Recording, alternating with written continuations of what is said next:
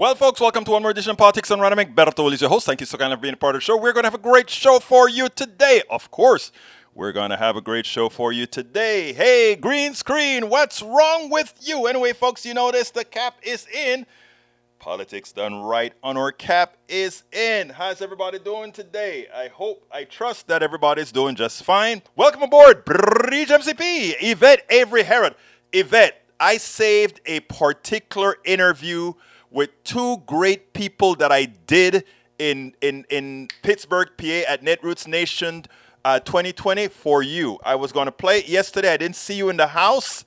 And I said I wanted you to see this interview firsthand because it is right up your speed, my dear Yvette. So we're going to be playing that one for you later on.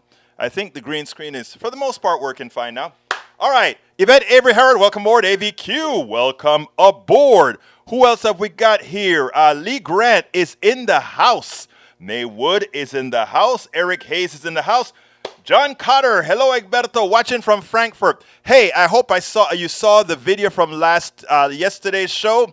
I think after you left, I put that picture up that we took together, brother John Cotter. Imagine you're here yesterday and you're already in Frankfurt, Germany, flying the big birds. Okay, great.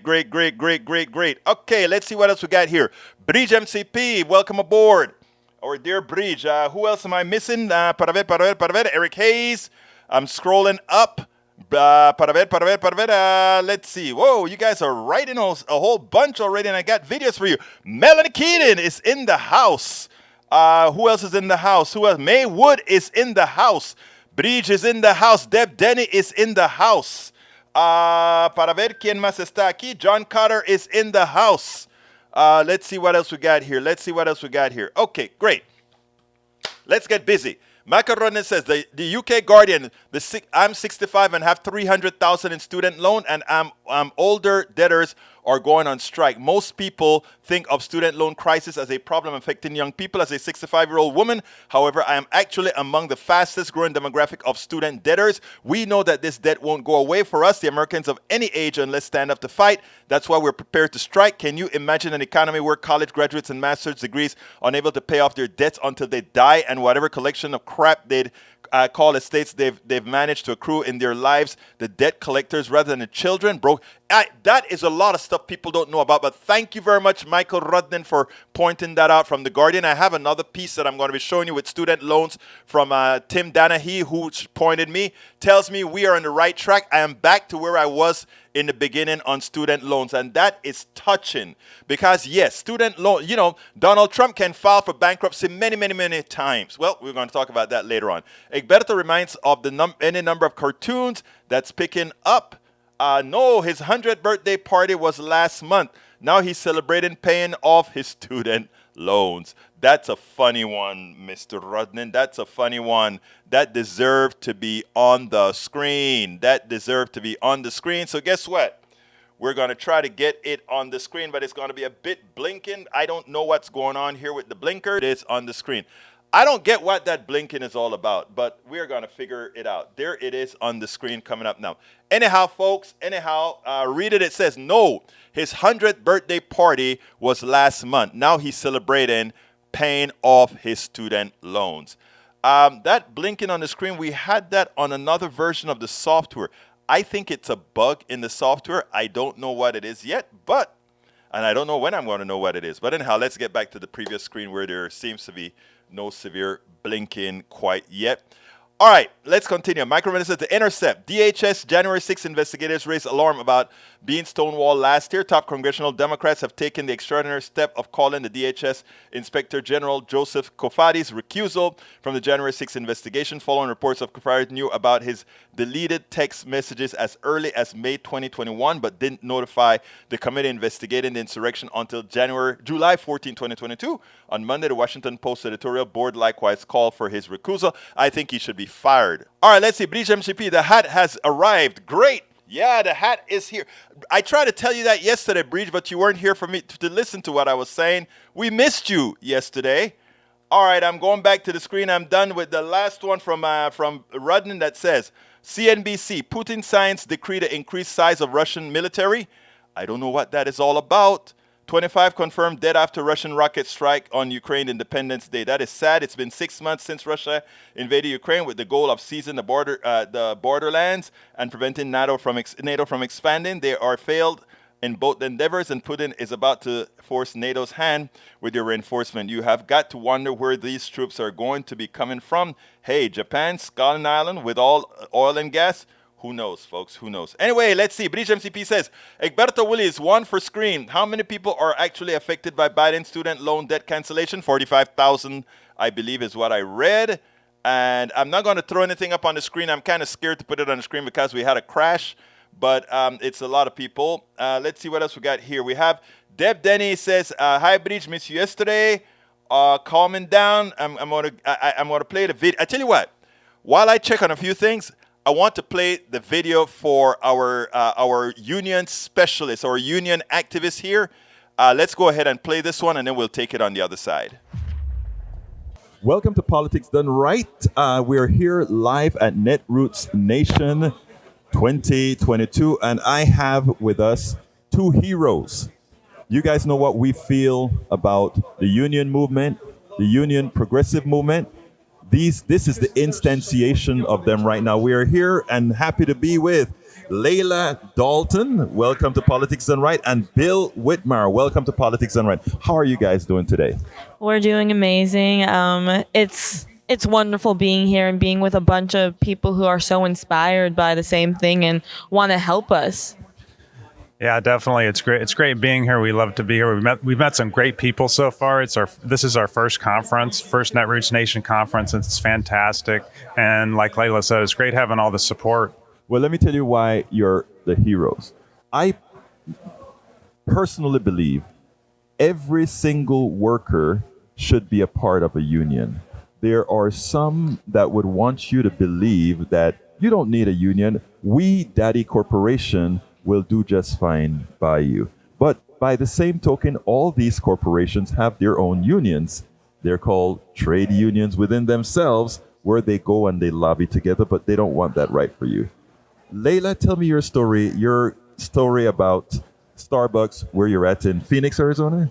Tell me your story. I'll say it all started at late January when I recently got out of the hospital about a month before, and my new manager, she wanted me to put work before my health, before my education, and I didn't know what to do because I love my job, I love my coworkers, and Bill, my co-leader here, he just became a supervisor, got no training, so we were both in really bad situations. We saw that our store was going downhill, and I kept speaking up to management, and they kept blowing me off, just wouldn't talk to me. So Bill, it came to the night that Bill came up to me and said, we can make a change, because I thought I was going to have to quit. I wanted another day off since I just got out of the hospital, and a part of the reason I go to Starbucks is to get free ASU. Mm-hmm. So the fact that they wanted me to either demote myself or transfer just because I can't be a full-time student and worker, I realized that even though I'm putting in my all, they don't care. They care more about profit over morals. They care more about they care more about making money than our livelihood, and we can't put work first all the time. So that's when Bill and I got started, and Bill really is a big reason why I got very empowered by unions, because I never knew what a union was until Bill. Well, Bill, tell us a little bit about what your part in the unionization there in Arizona. Yeah, so basically what happened was I saw what was happening in our store, and you were a manager. A supervisor. Actually, I was a barista, and then I got promoted to supervisor. Right. Yeah, and I saw what was happening in our store. So some of the things going on were longtime supervisors that had trained me and mentored me, had been with the company 4 years, and they wanted to move up. They wanted to be assistant store managers. They wanted to be managers, but they weren't getting promoted. But the company was bringing in outside hires, like people that work for Walgreens, to be store managers at Starbucks, which to me made no sense. Why are they passing these people over that are such After great you've workers? Invested at your all of my I'm watching this happen to all my friends, and they're leaving the company to go work elsewhere, right? And I thought, well, this is not right. This is not equal. This is not equitable. What's going on here? And then I saw what was happening to Layla. Layla's was following all the right, steps to make our store better. She was going to the manager and having meetings. She was going to the district manager, having meetings, and they were making all these promises, but nothing was ever changing. And then Layla was really frustrated. Basically, half of our staff was ready to quit the store. And I'm like, I can't have this. I can't have all my friends quitting. I can't see this happening to Layla. And I knew what was going on in Buffalo with the union movement. Right. And I've been a community activist for years, but I never organized a union. Right. So I reached out to the Buffalo people and I says, hey, this is what's going on in our store. We need some help. And they gave me some pointers for how I could start talking to my coworkers kind of behind the scenes about, hey, have y'all heard what's going on in Buffalo? Have you heard about unions? And one thing led to another. And then Layla and I had that conversation, and then things just really took off, and that's how it started. Well, let me tell you how important that is. Change doesn't come from the top. Some politician telling you, okay, we're going to do this for you. You have to do it yourself.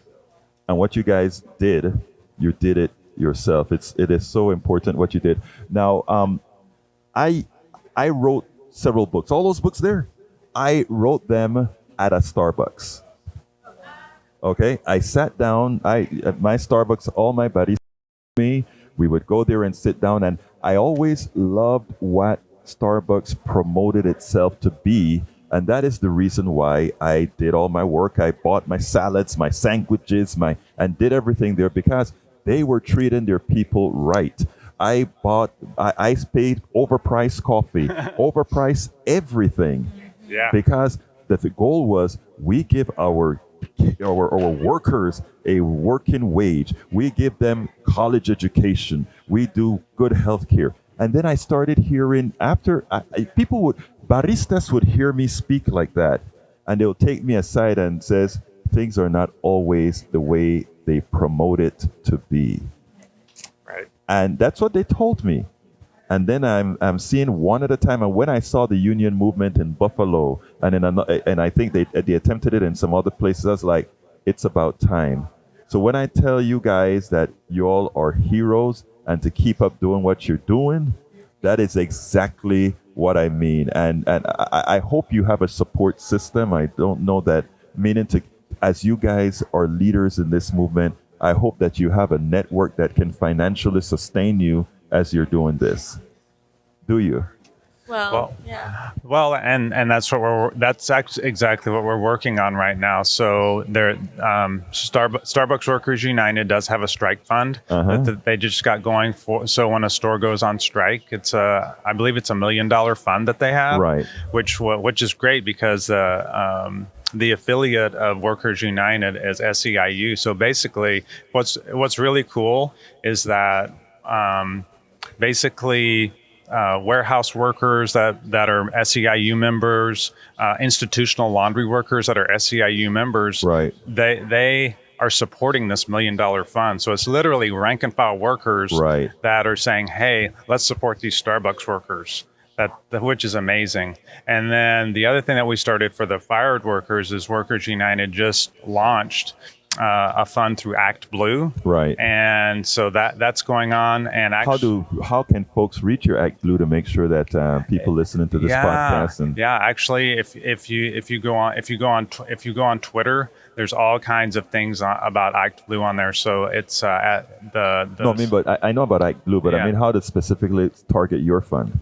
The fund for the Starbucks so it's group. the Starbucks Solidarity Fund, Okay. and it's the Starbucks National Solidarity Fund, and it's sponsored by Act Blue. Great. Yeah.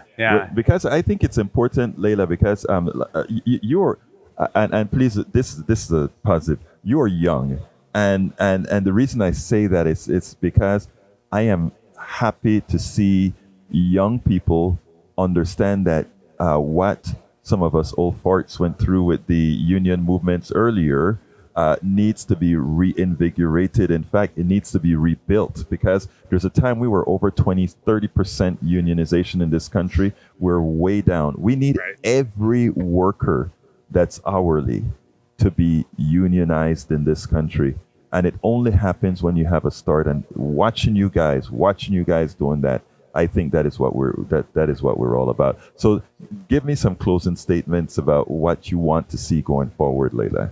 Well, I think the biggest thing is for workers to know their value and to know that it doesn't matter if you work at McDonald's, if you're a janitor, if you're a doctor, everyone should be treated the same and everyone should be able to provide for their family and feel like they do have options, and maybe they start at McDonald's but maybe they want to grow, they want to go to school, and they should be able to, let's just say you shouldn't be working 40 hours plus and still struggling to pay bills. And it's very hard for people who are trying to work, who don't have that support, but they also want to go to school. They also want to venture out, and maybe they want to be a doctor, maybe they want to be a psychiatrist and stuff. Like, it's very hard to do that, and it's hard to see a lot of people don't understand that just not everyone's working at McDonald's because they say they're lazy. They say that, oh, they don't want an education. They don't have a choice. And it feels like when you're born, whatever class you're born in, you're stuck there. And I feel like the only way for us to actually get out of there, for people who are born into poverty, but maybe want to be a doctor, is actually to have a say in their workplace. Because living off $12 an hour with no benefits, barely even getting health care, if you even get that, that's not enough. And workers will never be able to rise and be treated the way they should be if they don't start voicing their opinion and realizing that you could make a change. It's just about ending the war, and you'll lose battles, you'll win battles, but at the end of the day, if you don't stop the war, if you don't stop the cycle, we're always going to be treated just Layla, replaceable. that passion has to be transmitted to your entire generation and beyond, because they're most of the people doing us harm right now economically and socially are making the bet that you are not going to perform, and you have to prove them wrong. You guys are doing a good job of doing that right now. Thank Keep you. doing that. Give me a closer. Definitely. So what we're really looking for is solidarity among all workers. So between our campaign and the Amazon campaign, basically this has sparked a huge movement. So now we've got Trader Joe's that has come on board. We've also got in Arizona, the cannabis movement is starting to step up. So we're calling out for workers, just like you said, we're calling out for hourly workers. Now's the time. This is a golden opportunity to organize, for example, the entire food and beverage industry. It's time for the entire food and beverage industry to organize and come together, because when we come together as workers, we have true worker power when we come together. So we're looking to work with all workers. And one of the things that's happened is we have other workers that have been reaching out to us from other industries. So a lot of CEOs should be pretty scared right now, because we outnumber the higher ups in the executive offices. The ones in the ivory towers, there's only a few of them. There's millions of us, right? And we can make this happen right now. This is a golden moment. Bill and Layla, it's been my pleasure, like you guys would not imagine, to have both of you speak here at Politics Done Right. I appreciate Thank it you so much. Thank you. Amazing. Thank you. Thank you. I hope you enjoyed that, but I was so impressed. There's another group of unionists that I spoke to as well. But it is so encouraging to see people finally stand up and not buy the crap that the corporatocracy has out there, having you believe that unions are not good, that unions are a bad thing, etc. They have unions. They don't complain about unions being bad when they talk about their organizations. Oh, but for the average American citizen, we don't want you in a union. We don't want you to have the ability to fight us, the power. We are your masters. Follow as we say. Nothing more, nothing less. We will tell you what you deserve. Absolutely not, baby. Absolutely not. They were so impressive. I have another one to show you. This one is with Rick Smith, the working class radio guy. Check this out, and then we'll take it on the other side. Welcome to the first edition of the day of Politics Done Right from Netroots Nation 2022 in Pittsburgh, PA. Look who I found, guys. The one and only Rick Smith. What's going on, Rick? How you doing? I am living the dream, my friend. You're living the dream. Hey, let me tell you something. Everybody knows about the Rick Smith show, but guess what? They don't know who the hell Rick Smith is. So let's start there, because you call yourself the working man's hero or the working class hero. Who the hell is Rick Smith? I'm just a working class guy who, at one point got tired of hearing right-wing blather and decided it was time to take on the right-wing juggernaut, and we began attempting to balance the airwaves 17 years ago this Labor Day. We kicked off, and we've been doing it ever since. Now, tell me a little bit. Where did you grow up? Are you a PA kind of guy? No, I grew up in a housing project on the west side of Cleveland. Basically where they put the socioeconomic ladder on top of. Yeah. That's where I grew up. I grew up one of the only white kids in an all-black neighborhood. We used to play this neat game. It was called Chase the White Kid and Beat the Crap Out of Him. Maybe you've heard of it? Never heard of it. I'm sure for somebody it was a fun game. Yeah. Not so much for me. Yeah. But So you went through your tribulations on the other side. Yeah. No, I was the minority in a minority community. And what I learned very young is the only color that really mattered was green. Right. Because black, white didn't matter. We were broke. Yeah. And poor is poor. And, as I watched our community struggle, as I watched families struggle, occasionally you would see a family do well. They got a union job at the Ford plant. They got a union job at one of the feeder plants. And immediately their lives got better. Food at the end of the month. The kids got better clothing, secondhand bikes. They bought a secondhand car. Eventually they moved out of the projects and their lives got better. So as a kid, the union job, better life. You know something, Rick, let me tell you, I'll be very, very frank with you. Usually when I start my interviews or do anything, I don't get it. I usually don't start on a race kick or anything like that. But I'm glad you started there, because there's something that we share in common that I think we need to get across to America, especially in these times.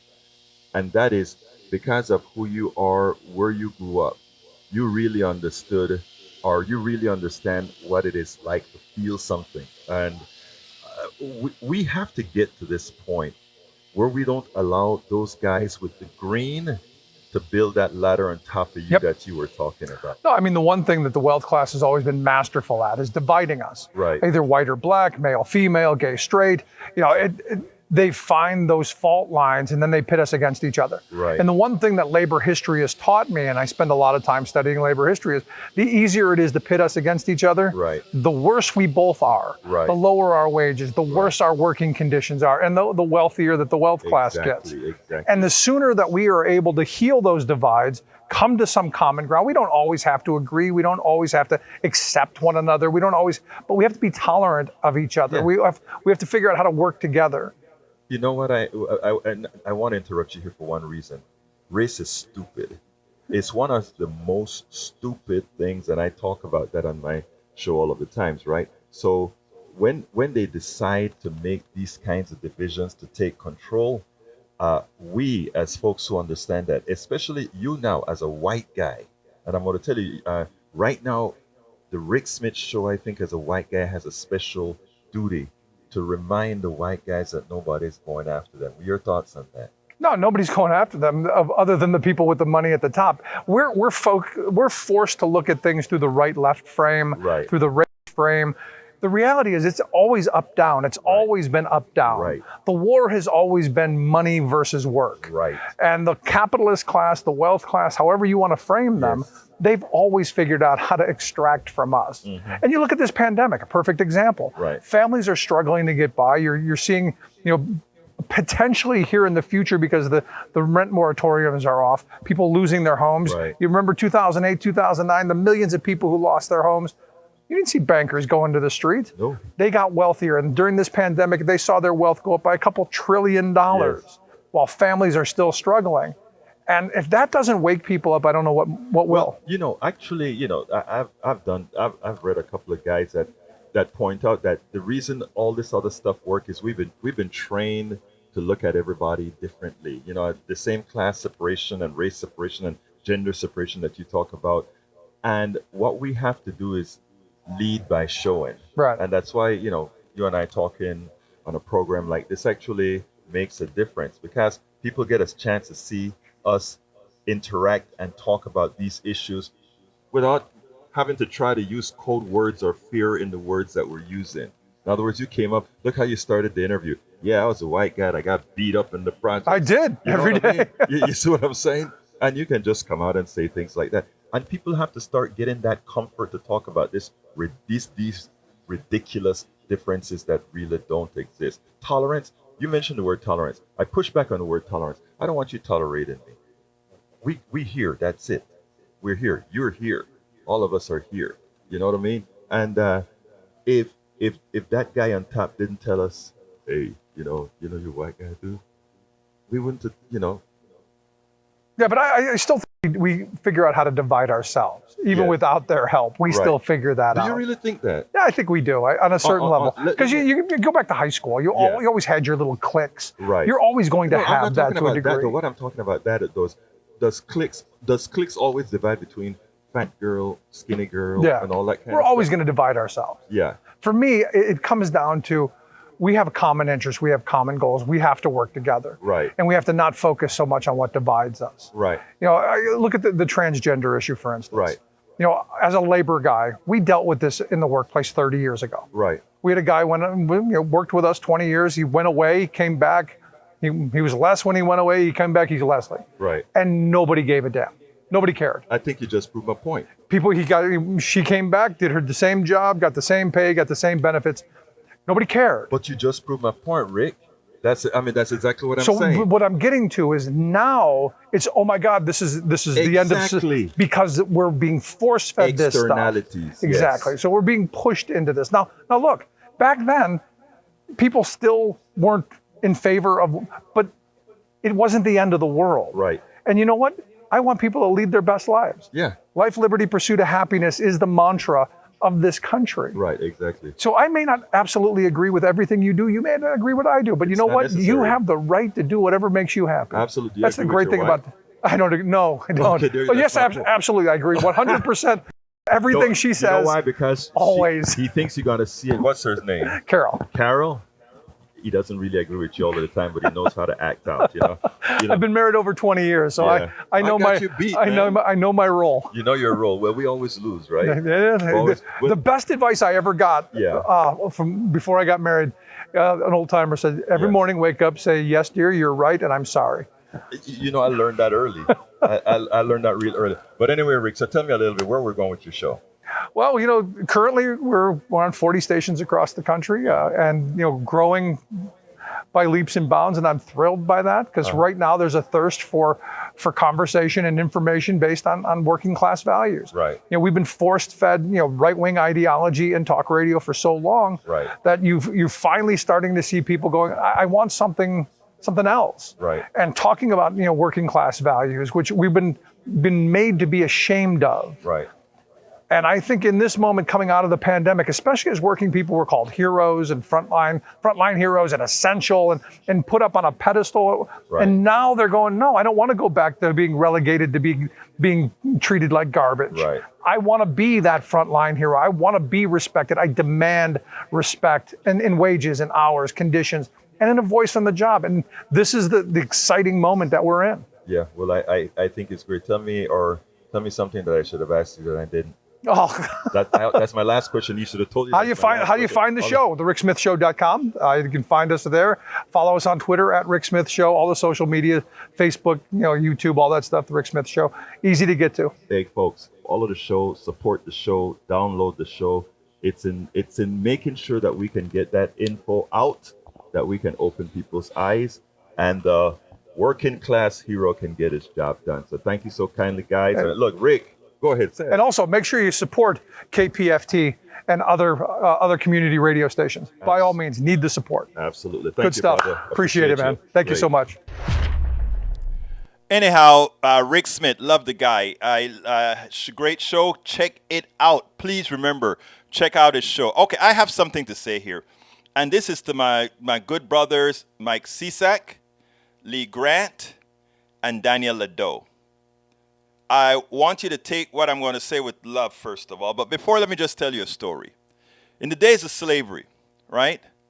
One of the big problems with those slaves who were going to get rid of the masters and take control of their lives and build up the pressure in the South, where in many areas there were more slaves than there were masters and the people running things, right? Was that slave with a slave mentality, not only a physical slave, but a mental slave, that when they are planning how they're going to create their freedom, the way the founding fathers wanted to create their freedoms by creating ways of their own freedom. Well, these slaves heard people talking about how they're going to create their freedom and free themselves, and they'll go back and they'll say, Massa, you know, John and Peter and Paul, they're planning to kill you. They're planning to escape. They're planning to do that. So a lot of times when freedom could have been theirs, it wasn't, because they were sabotaged, not by those who are enslaving them, but some other slaves themselves.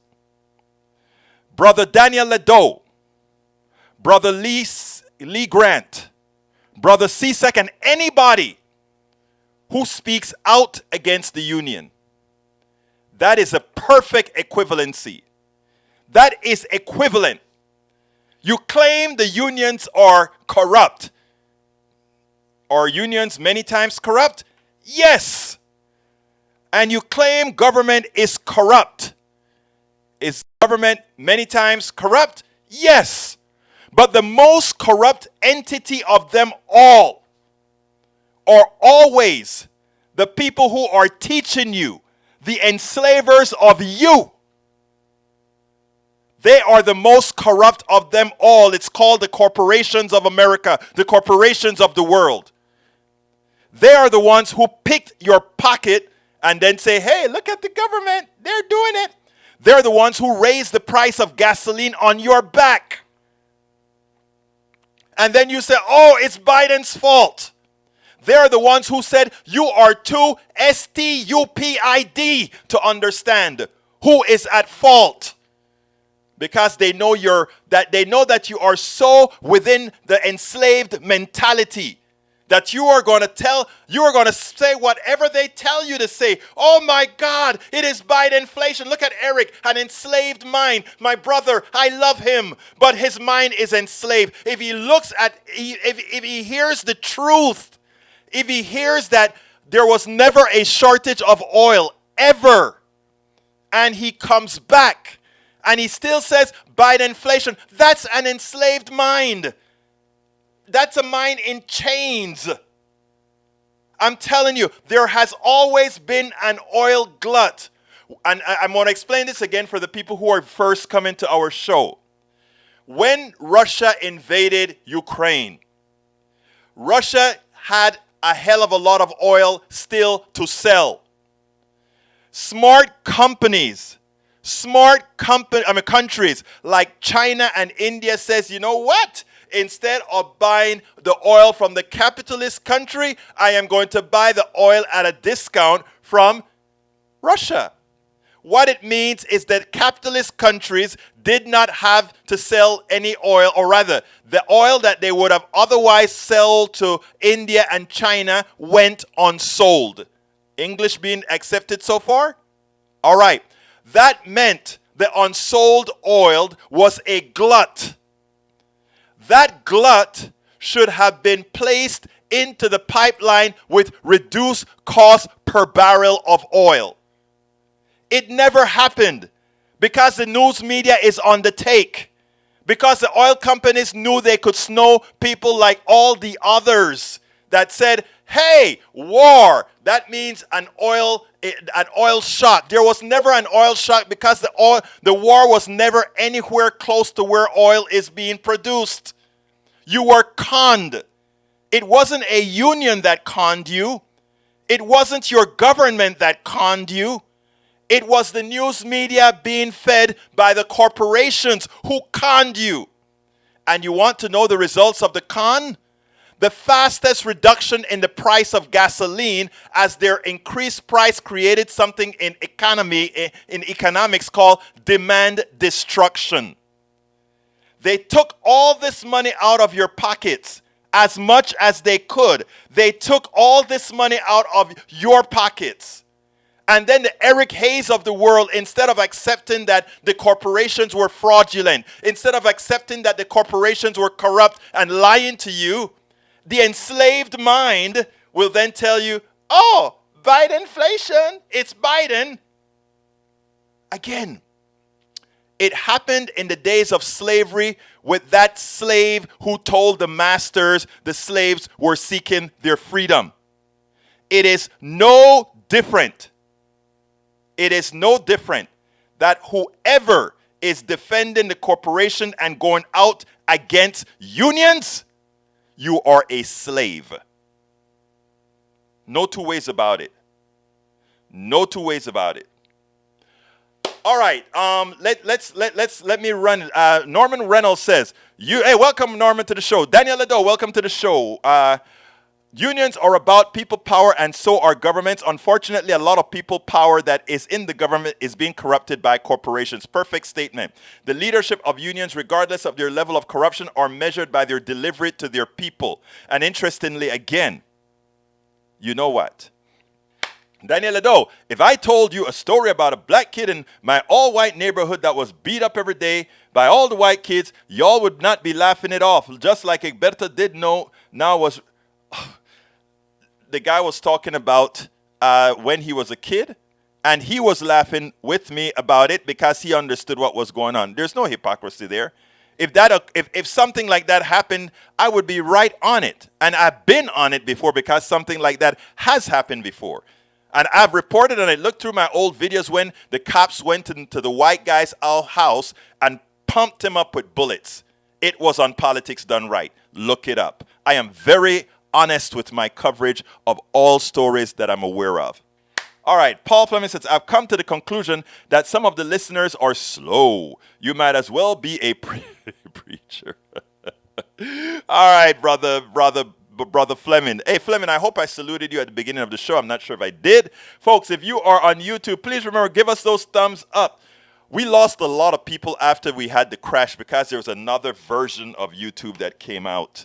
So that means that all our emails that went out went to the first email. Shakula's hairstylist says Russians wash their potatoes in the toilet. I don't know what that means. Maybe you can tell me what that means sometime, Shakula's. Let's see what else have I missed here because we want to talk about student loans in a little bit. Let's see if there's Mike says unions have the same problem as government. Okay, all right. And what about corporations? What kind of problems do they have, Mike Cisak? Are they benevolent, good, and care about you, Mr. Cisak? Do they care about you? Come on now. Again, let's unenslave our mind. That's why we come to Politics Done Right. Hey, let me tell you something, guys. I am harsh sometimes when I talk about the enslaved mind, right? But I've spoken to myself of having an enslaved mind until I took the chains off. So nothing that I am telling you I haven't had to tell myself. We are honest here. We speak to each other frankly, and we know that if we care about each other, you should be able to take this and just re-examine one's self. Right? That's what I do. In fact, if Daniel tells me something, sometimes he touches me. If Norman tells me something, sometimes he touches me, and I react. Listen to Egberto lie. He did laugh it off. Not but 10 minutes ago, he laughed off racism by black people. Oh, my God. I feel for you, Daniel, because I know how hard it is for you to accept the fact. Please tell me how many folks were lynched that didn't look like me or somebody called Shen or somebody called you know what, okay? I mean, let's just look at the numbers. I don't have to sit down and discuss reality with you. I know reality is something that doesn't come by too often with some of us, but let's work at it. That's why we're here, to work on it together. Anyway, guess what, guys? I'm going to try to put this on the screen. If we crash, I'm still going to continue, but I need to get this. Pay by going back and forth, Reagan, and tax the rich. Yeah, we need to tax the rich. But anyhow, hey, folks, Don't actually let me go and do my ask first. But don't forget, go get the cap. Go get the cap. I'm going to put the cap in there in a minute. Go to the store. Anyhow, let's go ahead and play this. Politics done right depends on you to keep doing what we do. What do? We make sure to keep, number one, the internet seeded with blogs and information to counter the right and to present what progressives represent for the benefit of us all to everybody so that it's not misread, misled by any other entity. We make sure and populate that internet with blogs, with videos, with all these other things to make sure that we are informed and to counter everything that you normally hear that are lying at the right. We also make sure to create articles in magazines, articles in newspapers all around the country to ensure, again, that our message gets out there. Last but not least, we also write books. As you see it, Class Warfare, the only resort to right-wing doom, How to Make America Utopia, are two of the many books that I've written on these issues. So please support us in one of many ways. Numero uno, you can support us at PayPal, either one time or monthly. Go to politicsdoneright.com/PayPal. You can support us on Patreon. That is politicsdoneright.com/Patreon. Patreon is spelled Patreon. You can support us by becoming a part of our YouTube channel, going to politicsdoneright.com/YouTube, or you can support us in many other forms that you can find at politicsdoneright.com/support. Be sure to visit our store, politicsdoneright.com/store, and get our books at politicsdoneright.com/books. Politics Done Right depends on you to keep doing what we do. What do? We make sure to keep, number one. Oh my God! I kept hitting the button and it wouldn't hit. Anyway, and don't forget, folks, I still need that support for what again? The Netroots. Where is that Netroots thing that I was doing? Let's see if I can get it here. Oops, I look like I missed it. But anyhow, go to politicsdoneright.com/netroots, politicsdoneright.com/netroots to support our Netroots effort. All those great interviews that you see there, all those interviews that you see there are the ones that I did at Netroots. Like I said, I did over 40 interviews, and that's why we have so many interviews to give you day after day after day, because these were some great people doing some great work around the country. So please, please, please support the program. It's expensive to do this, and there's only a little bit left in retirement, man. If we don't start breaking even, we're going to be in trouble. Anyway, folks, let's continue here with the student loans that I want to talk about. I'm constantly hearing a lot of stuff about student loans, and the biggest problem that I have with student loan forgiveness, and I am of the belief not that all of it should be forgiven, point blank, period. Again, at first I was backing off after listening to some folks talk about, well, what about those people who paid their loans off, and you know, I heard all kinds of things like that until first of all, a great supporter of us sent me an article that also changed his mind. And I'm going to put that article on the screen, and then later on, if I get the time, I want to play a TikTok video if I can get to the TikTok video. But anyhow, here is the article that he sent me. And the title of the article says, "Corporate America is so angry about Biden's student loan cancellation, I wonder why." And I want to read parts of this article. It says, "This week, President Joe Biden made good with his campaign pledge and vowed to cancel $10,000 in student federal loan debt for borrowers with an annual income of less than $125,000 for the 45 million people crippled with student debt at a time increasing cost of living. This is not nearly enough. If we were able to cancel Paycheck Protection Plans debts for businesses, you'd think the funds could be found to cancel student loan debt. PPP was instituted by former President Donald Trump as a means for business to pay their workforce and cover overheads during the COVID pandemic. The debt from these loans was ultimately forgiven. The average loan equaled $107,000 per business, totaling a colossal $800 billion in low-interest loans altogether that they never had to pay back. Beneficiaries included celebrities such as Tom Brady, Reese Witherspoon, Kanye West, and even Trump's former advisor and son-in-law Jared Kushner, who received over $6 million in loans in companies registered under his name. Jared Kushner called student loan forgiveness a really bad idea after Biden announced the proposal. Even Amazon delivery contractors received millions in those PPP governmental loans, despite Amazon seeing profits soar by 220% during the pandemic. This widespread focus on corporate policies on pro-corporate policies in America has resulted in mounting profits for large businesses, while the average American feels the pressure of growing inflation. Even with the increased supply chain costs, corporations are reaping record profits. Energy company Shell, for example, this year reported triple its profits from the previous year, despite consumers being hit with all-time high prices. I don't remember any one of you folks complaining crazy that, oh my God, it's going to be inflationary if we throw all that money into those corporations. Nobody said that because you weren't fed that by the media. You weren't fed that by the corporatocracy to convince an enslaved mind. Senator Mitt Romney, who introduced a bill to extend the PPP loan deadline in 2020 and who later supported PPP loan forgiveness, reacted to the news of Biden canceling just $10,000 of student debt per person by tweeting, "Sad to see being done to bribe voters. Biden's student loan forgiveness plan may win Democrats some votes, but it fuels inflation, foots taxpayers with other people's debt. Thanks to decades of reducing market regulation and pro-corporate policies, the wealth inequality gap in the United States, PPP loan forgiveness is just another example of a growing phenomenon."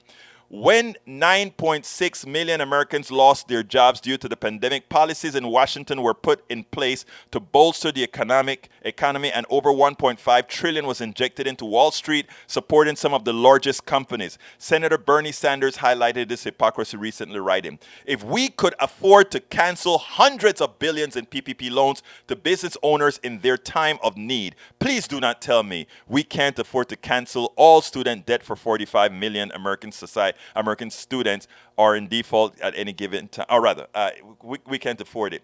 15% of student loans are in default at any given time. It is this educated American society that has helped prop up the corporations that have been basking in monetary rewards." This is something that I talk about all the time, right? I've spoken about this all the time. We, the ones who pay for this education, are the ones that subsidize the corporations who then make the profits on our backs. This article encapsulates everything that I've been telling you guys over and over again. It just put it all in one place.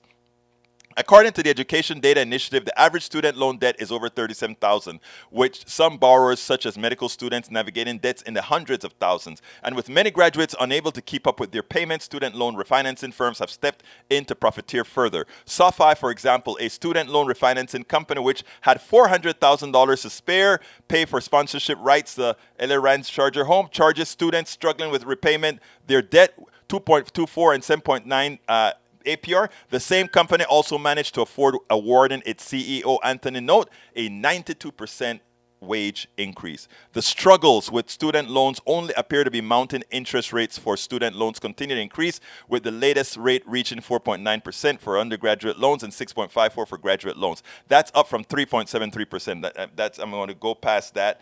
With the growing wealth inequality found across America, as well as rising inflation and cost of living prices, it is we who support the average American with their day-to-day struggles. The thousands of dollars worth of debt for former students have accumulated, with the promise of better income has failed to reap the rewards they had expected. Their exponential increased debt mean they can...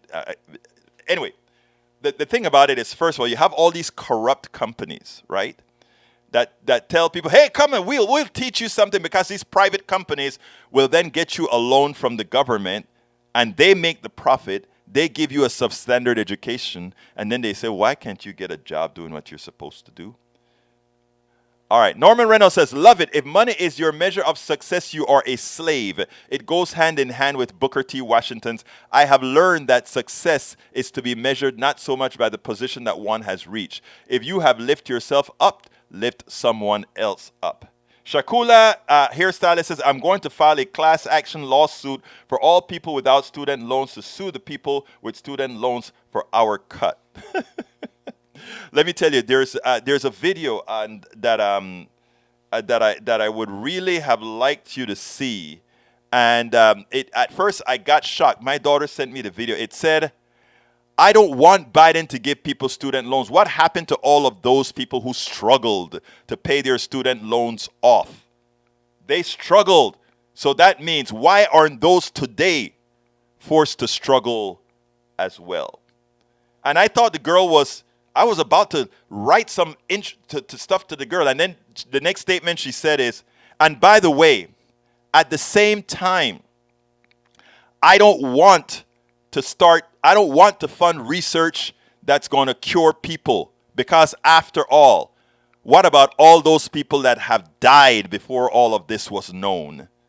And she just made those ridiculous, and it's like, wow, that is exactly the argument that you make. As you move forward, you make things better. You can't necessarily solve what's in the past, but you sure as hell can start making things better in the future. You know? So that's the answer. There should be, at first I want to say, how do I justify to that person who didn't go to college because they didn't want to take out loans? How do I justify to that guy who didn't go to college for all these reasons? Well, you know what? Nothing stopped you from having done that. But you know what? Let's make it easier so that if you do want to get to school, you can. But for those who did it, let's forgive it.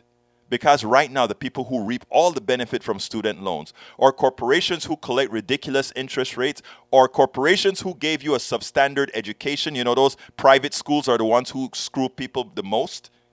The private schools, the private colleges are the ones who screw people the most, because their substandard education are the ones that hurt the most.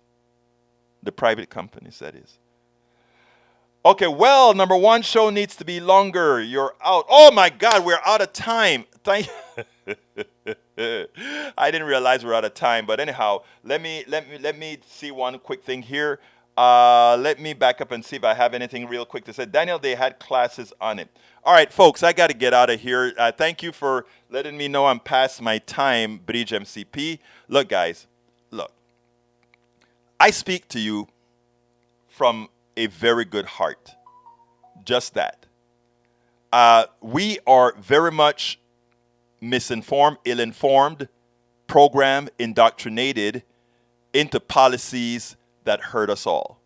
My goal with Politics Done Right, my goal with everything that I do, every book that I write, every article that I write, every post that I make, is to try to enlighten us all. And I don't have all the answers, but I sure as hell know how to learn. And as I learn, I bring it to you. Hell, sometimes you guys teach me stuff as well. So folks, all you're going to hear is the truth. Don't fall for the crap. My name is Egberto Willis. This is Politics Done Right, and you guys know how I end this baby. I am what? Out!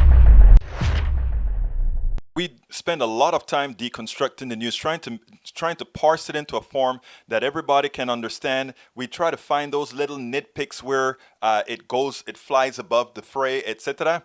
If you really like these videos that we do, I want to ask a big favor. Please go ahead. Number one, subscribe to our channel. And number two, please join if you can. Thank you so kindly for watching. Keep watching. Please remember to share. We must populate the entire internet with our progressive message, a message that we know is what most Americans say that they want. So help us, please join.